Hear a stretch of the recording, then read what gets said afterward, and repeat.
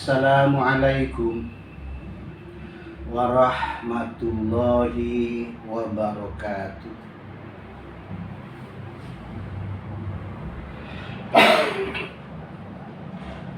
Bismillahirrahmanirrahim. Bismillahirrahmanirrahim. Bismillahirrahmanirrahim.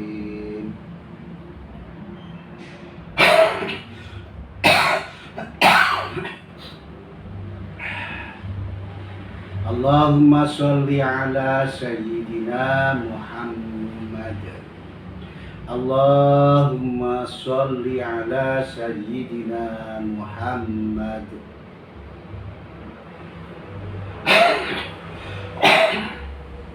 Allahumma sholli ala sayyidina Muhammad wa ala ahli baitihi wa sallim.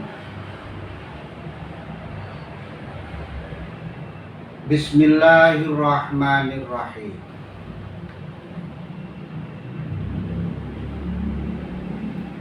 Amil nasib yang ke-10, yakni amil nasib au. Amil nasib au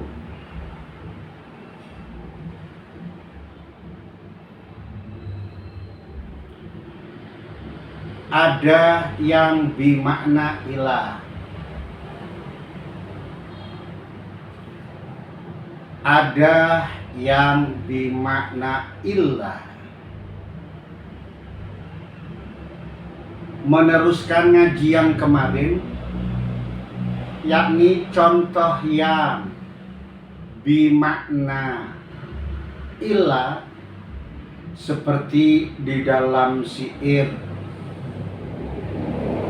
wa kuntu idza ghamaztu qanata qaumin kasartu ku'u baha au tastaqima.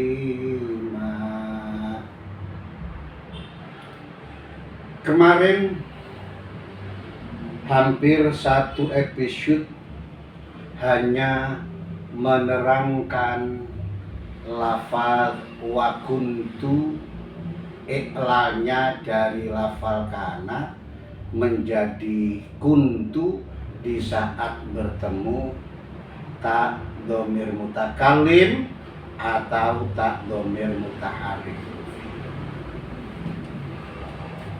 yakni lafal wa kuntu.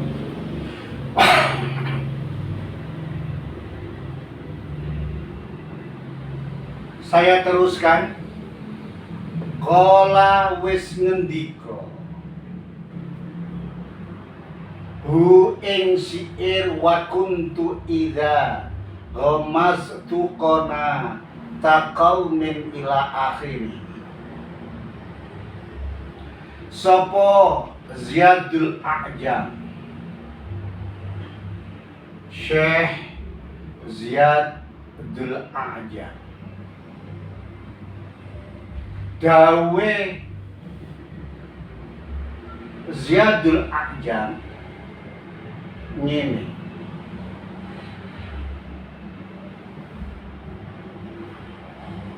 qauluhu wa kuntu, dawuh wa kuntu awawu utawi wawu. Wawu adalah wawunya lafal wakun. Wawunya lafal wakun. Iku bihasbima, kelawan milang lafal sile mastaqarra kang tetep apa wama tetep qablaha kang tumiba ing dalem sadurunge wawu. Wa kuntu lan ana sapa ingsun ana iku idza ghammastu ari kalane ngamblesake sapa ingsun ngamblesake qanata qaumin ing tombake kaum. Wawunya lafal wakuntu itu bihasbi ma qablaha, milang menghitung daripada lafal sebelum wawu. Jadi lafal sebelum wawu ini mau dijadikan apa, maka wawunya jadi apa. Jadi tergantung lafal yang sebelumnya. Nah, kebetulan di dalam lafal wa kuntu idza ghamaztu qanata qaumin ini tidak ada lafalnya. Jadi untuk menentukan wawunya ini wawu apa ya? Nah, itu bihasbi ma qablaha. Kuntu seperti i'lal kemarin adalah fi'il madhi mabni maklum kana terus bertemu tak domir mutakallim wahid berbunyi kuntu. Proses iklannya kemarin kepanjangan, nanti di sini nggak ada waktunya. Kemarin sudah komplit. Nah, jadi wakuntu ini adalah kana. Keterangannya kemarin untuk menjadi kuntu. Wakana utawi lafal kana, kana yang ada di lafal kuntu iku fi'lu madin, fi'il madhi. Kana itu fi'il madhi, kana yakunu kaunan, kana fi'il madhi.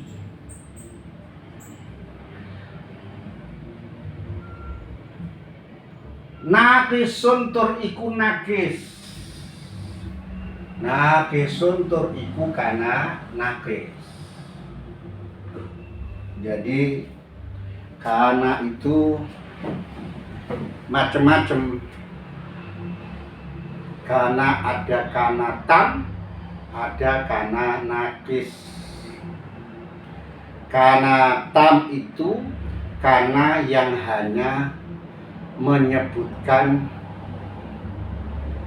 makmul marfu, maknanya tidak ada tapi tinemu. Nah, keterangannya besok kalau sudah di bab kana.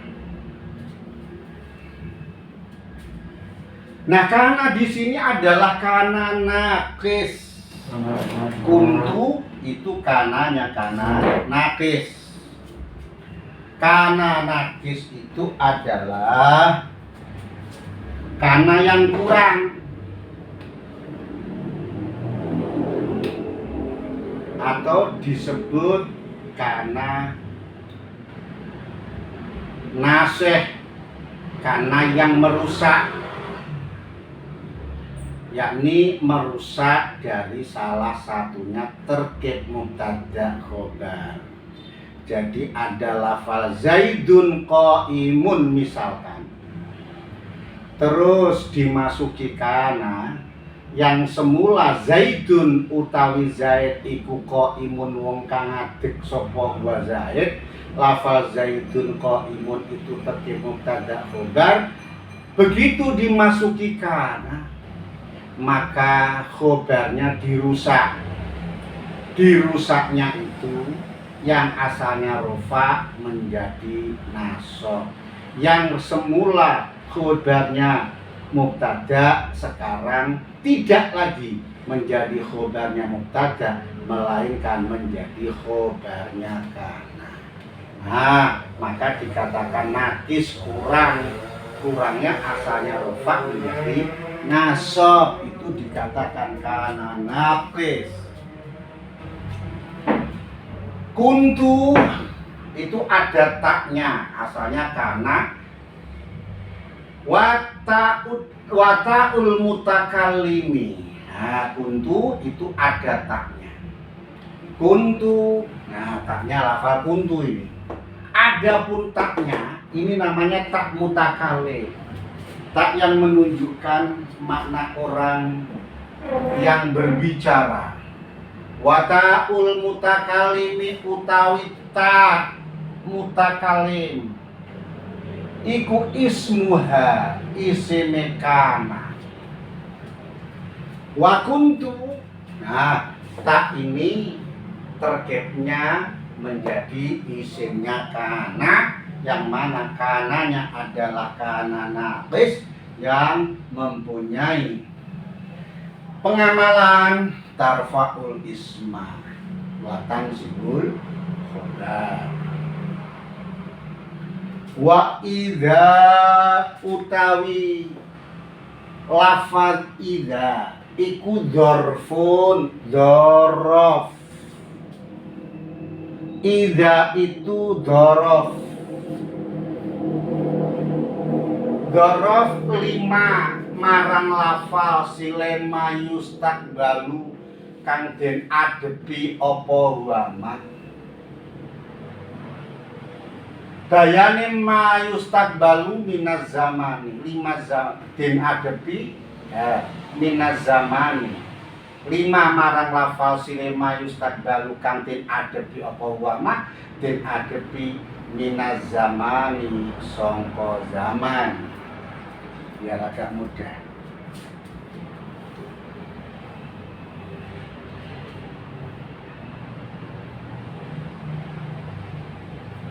Kalau segi lafdiyah, dzarfun itu adalah al-wi'a, tempat. Nah, kalau dzaraf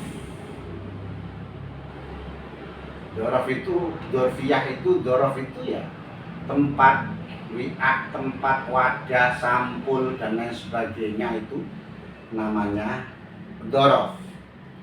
Jadi dia yang apa ya? Menjadi tempat. Nah, jadi wadah yang mewadahi. Wadah itu berarti yang mewadahi. Contoh misalkan seperti ini. Dzaraf itu ada yang namanya dzaraf zaman. Dzaraf itu ada yang namanya dzaraf makan. Nah, dzaraf zaman itu adalah wasmuz zamanil mansub ditakdiri. Wasmuz zamani al mansubu bitakdiri. Yang namanya dzaraf zaman adalah nama waktu yang dinasobkan, yang menyimpan maknanya fi. Al yauma, al lailata, misalkan.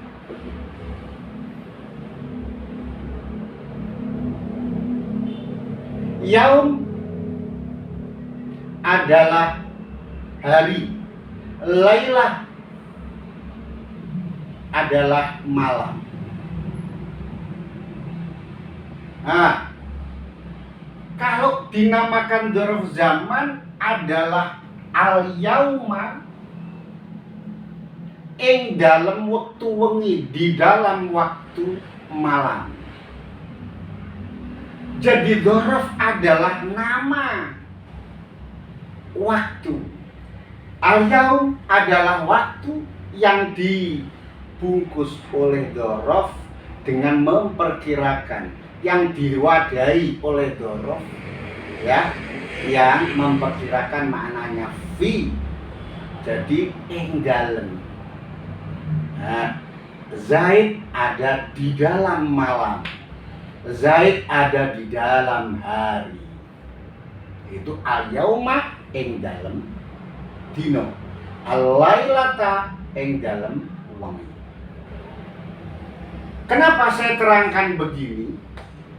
Untuk mempermudah, memberi makna, memberi kefahaman bahwasanya wa idza itu dzaraf.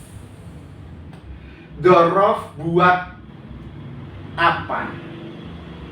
Fi'il yang dihadapi. Fi'il yang dihadapi minaz zaman. Idza ghomastu misalkan. Idza ghomastu. Ghomaza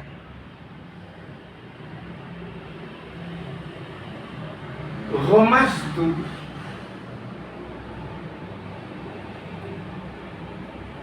ini maknanya aku telah menancapkan. Ghomastu wis ngemblesake sapa ingsun. Aku menanam, nancepake, ngemblesake. Saya menancapkan, aku ngemblesake. Begitu ada ida, berarti dikala. Dikala itu adalah waktu.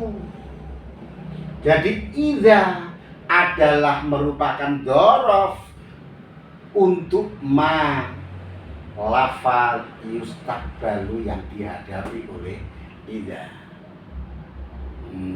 Itu artinya. Jadi ghomastu menjadi dorof dengan kemasukan ida. Ida menjadi dorof untuk lafal yang di dalamnya. Nah, dorof ini minaz zaman, dikala. Dikala itu adalah zaman. Itu artinya ida dzarfun lima yustaqbalu minaz zaman. Jadi waktu saya menancapkan tombak, itu di dalam waktu. Waktu. Ghomastu saya menancapkan. Idza ghomastu dikala. Berarti ghomastu didorofi oleh ida. Sehingga ida artinya dikala.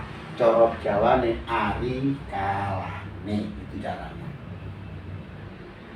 Wa idza dzarfun lima yustaqbalu minaz zaman.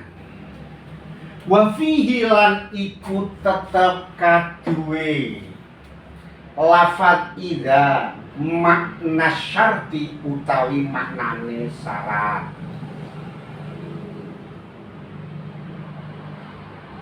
Idza ghomastu dikala.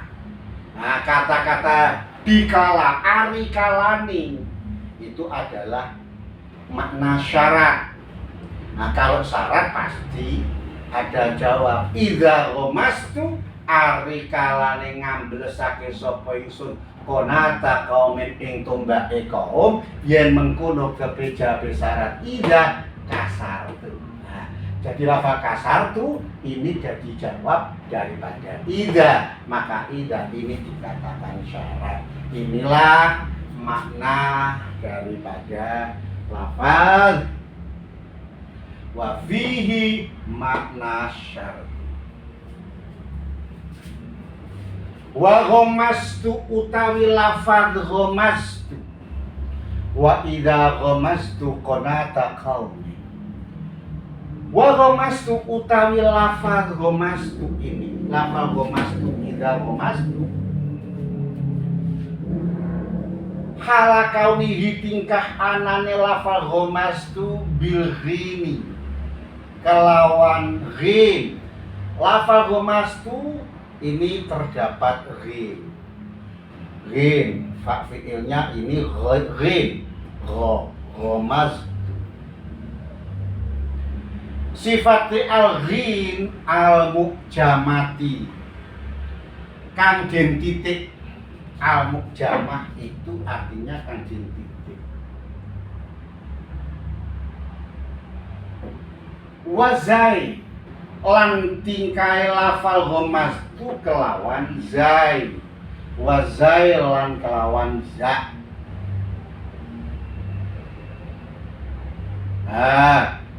Artinya za adalah za al-mu'jama, za yang dititik. Ghamaztu, ghyun ghamaztu, ghamaztu. Ini ada titiknya, ghamaztu. Terus ada zai, za ya di titik. Nah, dua-duanya ini al-mu'jamah. Jadi aslinya wa ghamastu bil ghini al-mu'jamati wa zai al-mu'jamah. Jadi lafal ghamastu itu di titik ghinya dan di titik za.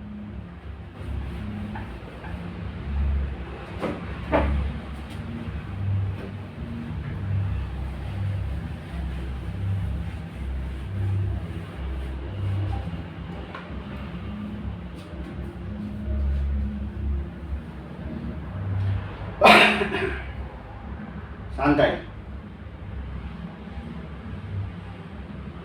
Kalau berbicara ghin, kok ada ghin al-mu'jamah? Kalau bicara za, kok bicara al-mu'jamah? Nah, berarti kita berbicara huruf. Huruf itu yang sering kita dengar namanya huruf hijaiyah.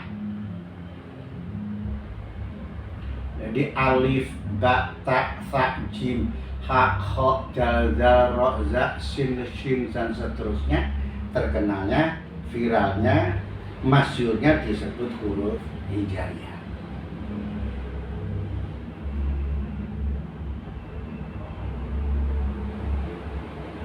Sesungguhnya dari huruf hijaiyah ini saya terangkan. Ini ada dua metode.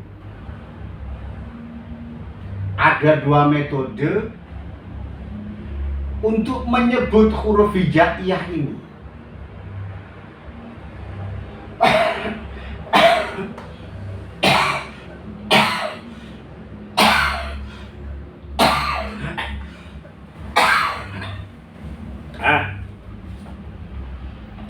Bismillahirrahmanirrahim.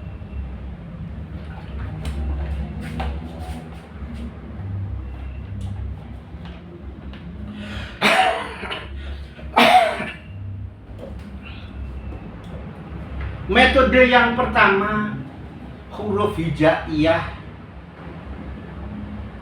disebut huruf alif baiyah, ditulis. Huruf hijaiyah sering disebut huruf alif baiyah. Alif baiyah. Alif baiyah. Huruf hijaiyah itu sering disebut huruf alif baiyah.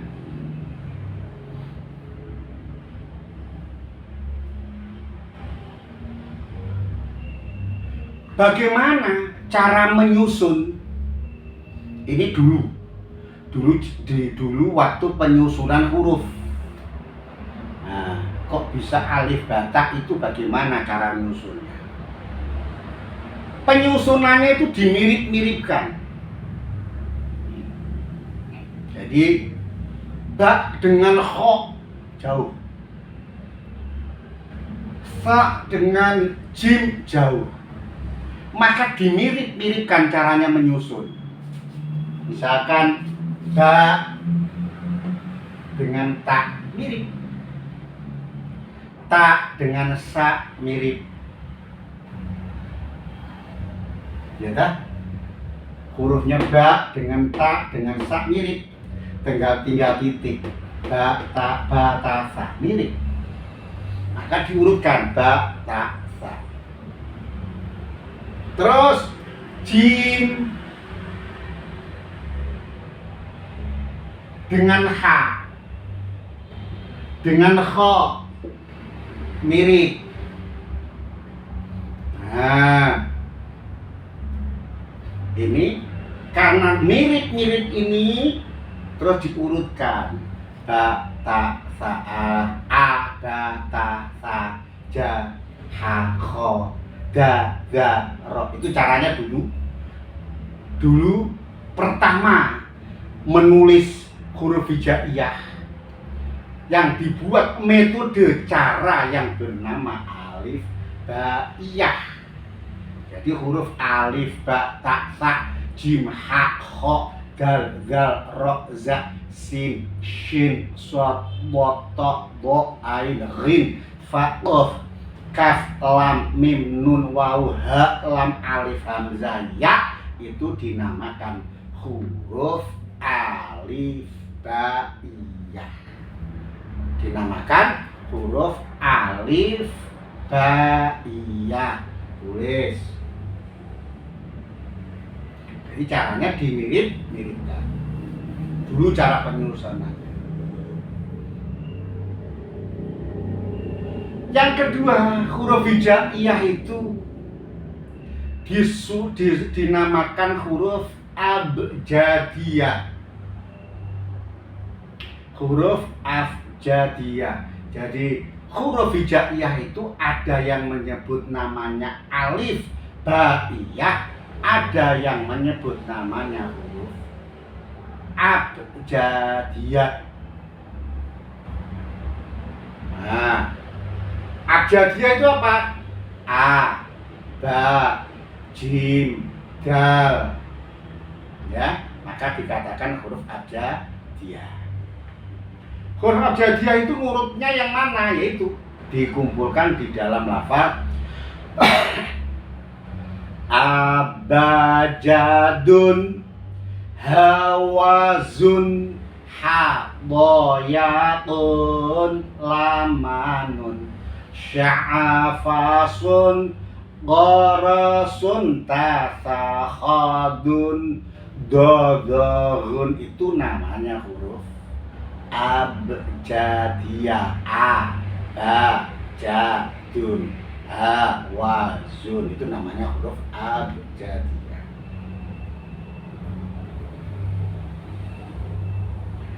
Kenapa? Sudah ada alif baiyah, tapi ada orang yang suka menyebutnya dengan huruf abjadiyah.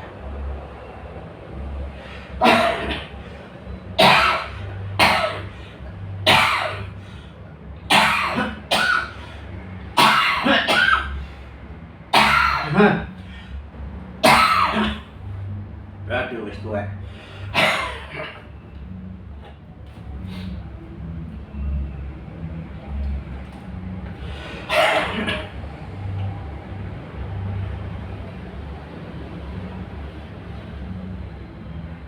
Karena untuk membuat nomor orang Arab itu kan membuat nomor itu kan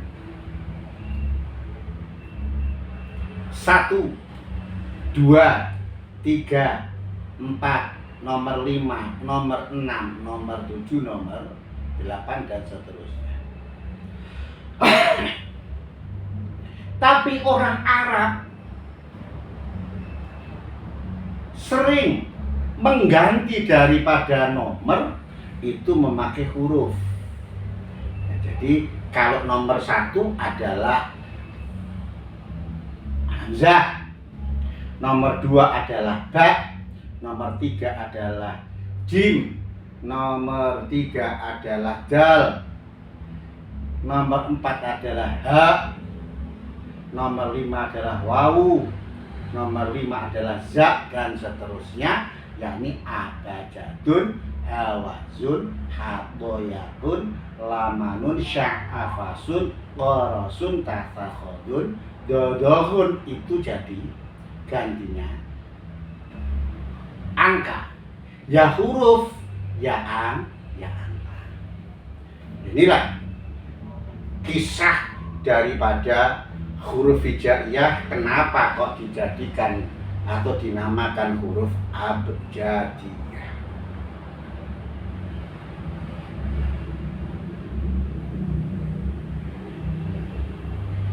huruf itu dulu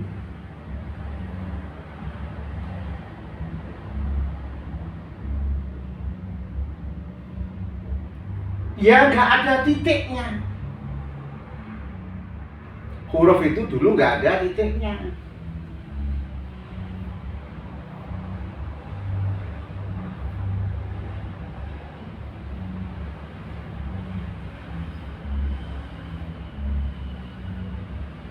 Nggak ada titiknya.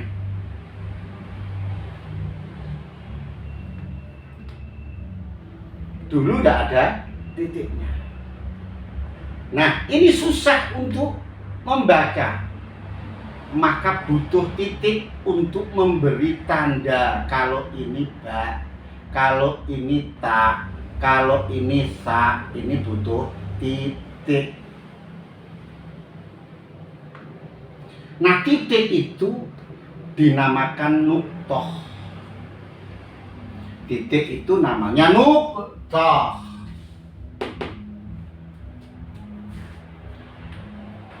Orang yang pertama memberi titik itu namanya adalah Syekh Nasr bin Asim. Orang yang pertama menaruh titik itu namanya Nasr bin Asim dan Yahya bin Ya'mur. Dua imam, dua syekh ini, dua ulama ini yang pertama memberi titik huruf Arab. Huruf Arab itu dulu tidak ada titiknya. Nah, yang pertama memberi titik itu adalah Nasr bin Asim dan Yahya bin Ya'mur.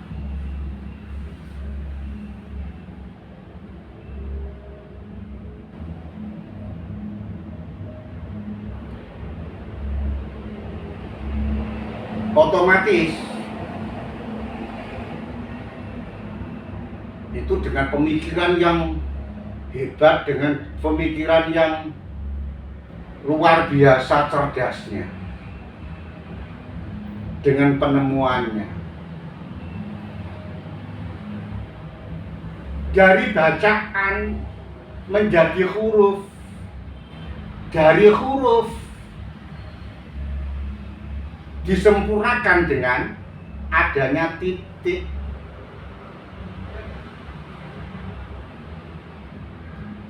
Kan tidak semua huruf itu ada titiknya. Maka dua orang ini membagi huruf itu dibagi dua. Maka dua orang ini, Nasr bin Asim dan Yahya bin Ya'mur, ini membagi dua. Satu namanya adalah huruful muhmalah, huruf yang kosong dari titik, maka dikatakan huruf muhmalah. Huruf yang tidak ada titiknya dinamakan huruf muhmalah. Nah, huruf muhmalah, huruf yang tidak ada titiknya itu adalah satu, hamzah. Ini tidak ada titiknya. Yang kedua, ha. Ha ini tidak ada titiknya.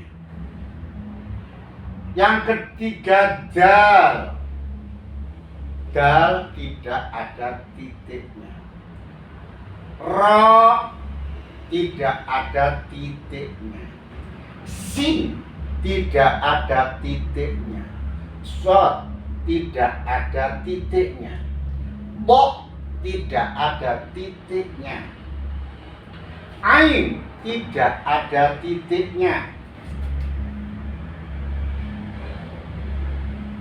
Kaf tidak ada titiknya. Lam tidak ada titiknya. Mim tidak ada titiknya.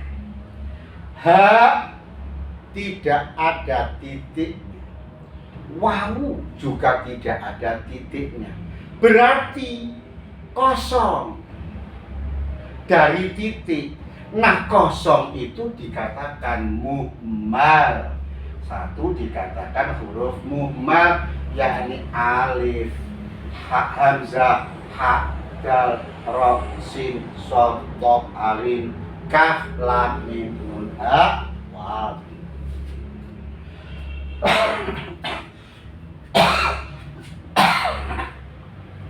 Allah.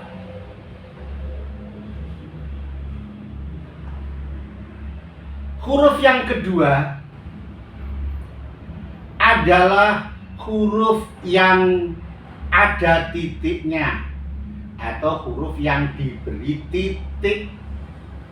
Nah, bahasa Arabnya adalah al-mu'jamah. Huruf yang dititik. Huruf yang ada titiknya itu adalah ba. Ini ada titiknya di bawah. Ta, ini ada titiknya. Sa, ini ada titiknya. Jim, ini ada titiknya. Kha, ini ada titiknya. Zal, ada titiknya. Za, ada titiknya. Shin, ada titiknya. Bod, ada titiknya.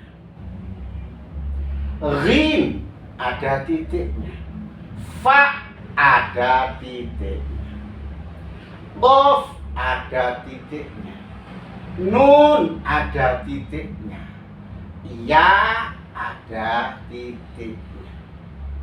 Nah, karena ada titiknya ini, maka dikatakan huruf al-mu'jamah, huruf yang dititik. Inilah arti daripada bilghini al-mu'jamati, yakni lafal romas itu ada ghinnya yang dititik, wazai, dan ada za yang dititik romas.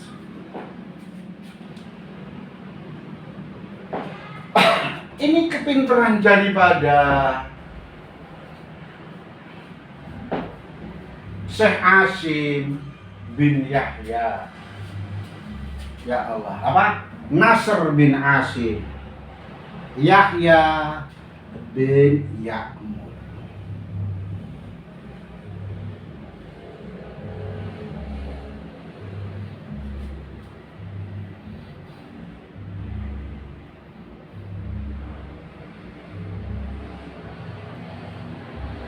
Dan titik itu atau al-mu'jamah itu dibagi tiga. Satu namanya al-muwahhadah. Al-mu'jamah atau titik itu dibagi tiga, yakni al-mu'jamah,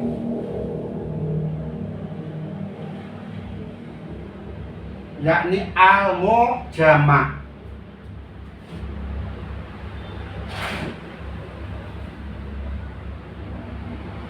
Al-mu'jamah itu dibagi tiga. Satu namanya al-muwahhadah.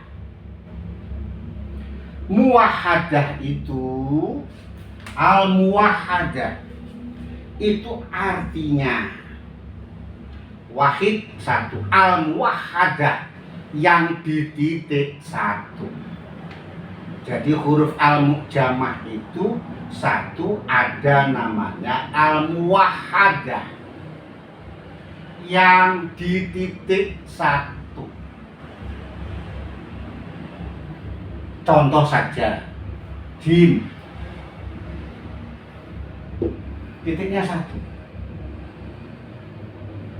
Ba, titiknya satu. Nah, berarti jim ini namanya al-mu'jamah. bil muwahhadah, dititik dengan titik satu. Jadi titik kalau ada di kitab al-muwahhadah berarti di titik satu. Contohnya jim. Nah, yang kedua al-mu'jamah. Ini yang kedua adalah namanya al-musannah. Al-musannah itu al-musannah. Al-musannah. Tasniyah musannah. Musannah itu artinya di titik dua. Musannah itu artinya di titik dua. Contoh, ini contoh saja. Bukan berarti kalau muwahhadah itu cuma hurufnya dua, ini enggak, ini contoh. Begitu pula musannah, ini contoh saja. Yang di titik dua, titiknya dua. Ta, ini titiknya dua. Nah, qaf dan ta ini dinamakan al-mu'jamah, al-musannah atau al-mu'jamah bil musannah dengan di titik dua. Titik itu ada yang atau al-mu'jamah itu ada. Yang ketiga namanya al-musallasah. Namanya al-musallasah.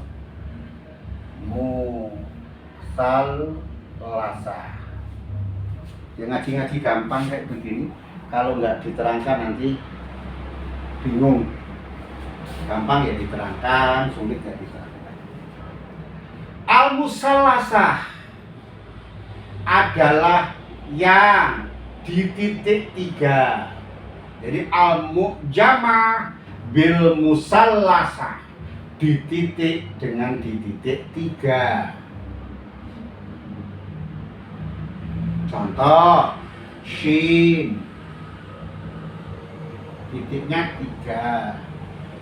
Contoh sa, titiknya tiga.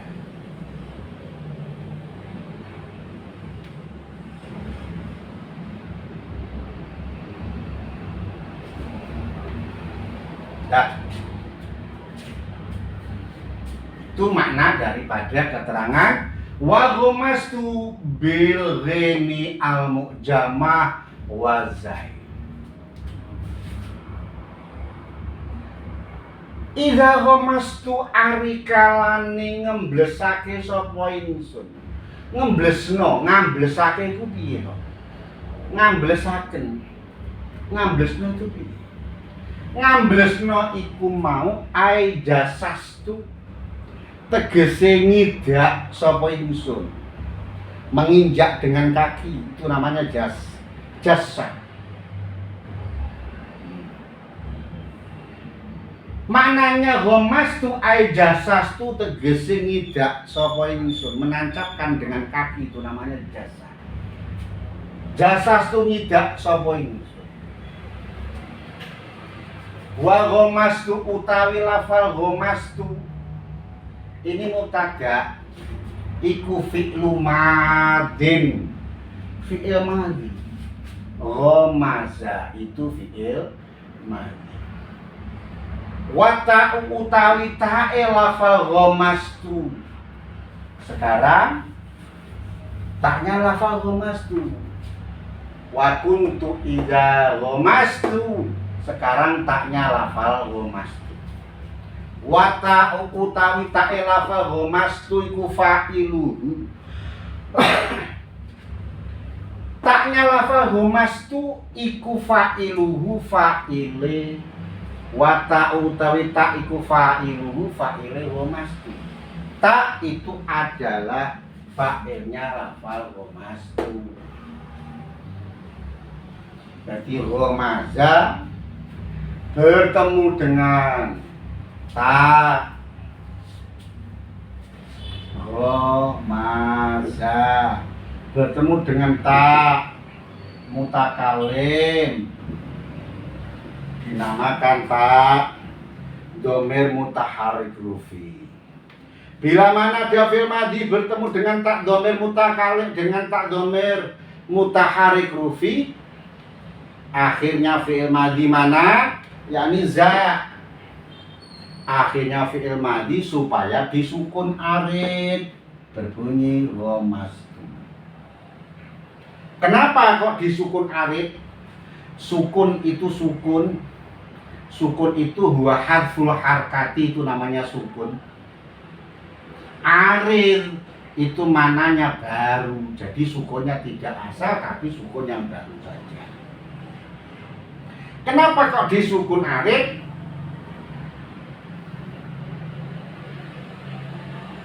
Alasannya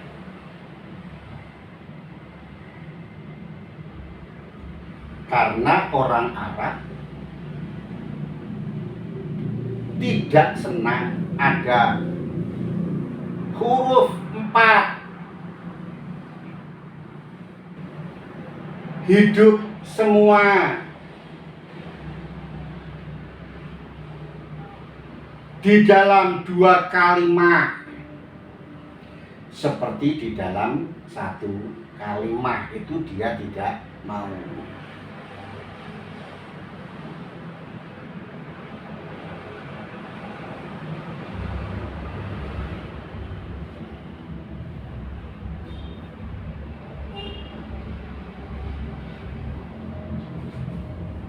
Berbunyi ghomastu.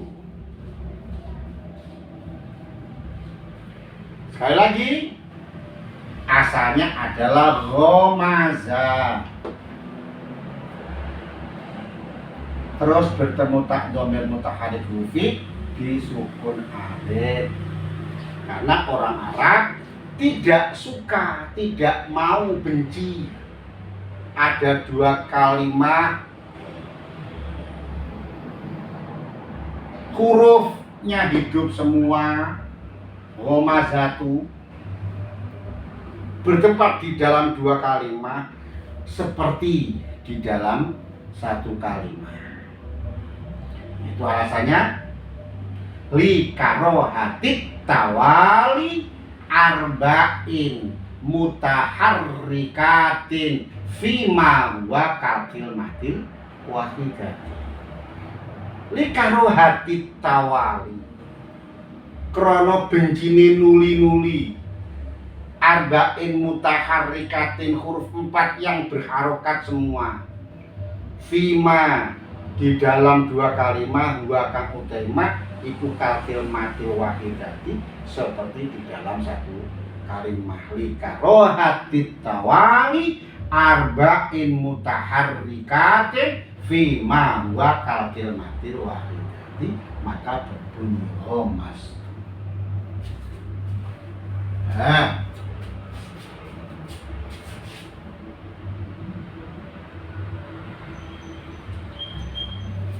Wa ta'utita iku fa'iluhu fa'ila fal ghomastu. Wa qonata bil qaf wan nun besok lagi. Ya. Wa qonata utila fal qonata halaqori bil qaf lawan qaf wan nun lan nun airum khun tegese tombak maf'uluhu. Wah, ini besok lagi. Sudah panjang. Nanti kepanjangan. Akhirul qauli wassalamualaikum warahmatullahi wabarakatuh. Ngaji terus.